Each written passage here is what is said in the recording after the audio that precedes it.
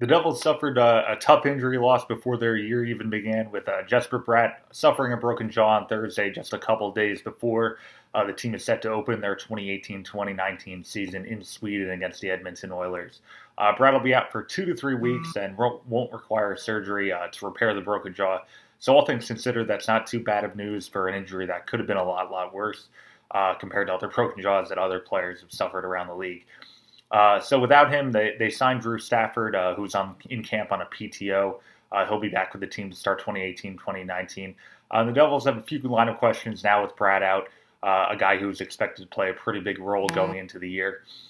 Throughout training camp, he was playing on the second line along with Marcus Johansson and Pavel Zacha.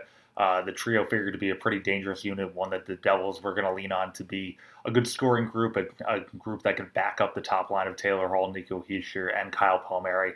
And now without Bratt there, they're going to have to plug and play a little bit to find out a combo that works, likely keeping Johansson and Zacha together in that group.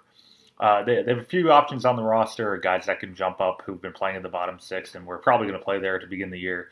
Guys like Stefan Nason or even Miles Wood could potentially jump up and play a bigger role. I think over the 2 to 3 weeks, you'll probably see the Devils mix and match a little bit. Nason will probably get a shot there. Maybe Wood goes up. Drew Stafford could even jump into the lineup and potentially play there. He did play on the top line a lot last year with Taylor Hall and Nico Hischier before he was more of a healthy scratch going forward. So the Devils do have options, and all things considered, Bratt could be back by the end of October, and a guy who should be able to jump right back into the lineup without missing a ton of time.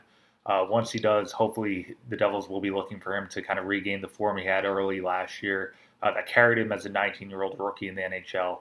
He played well in the preseason, so hopefully he'll be able to pick up right where he left off.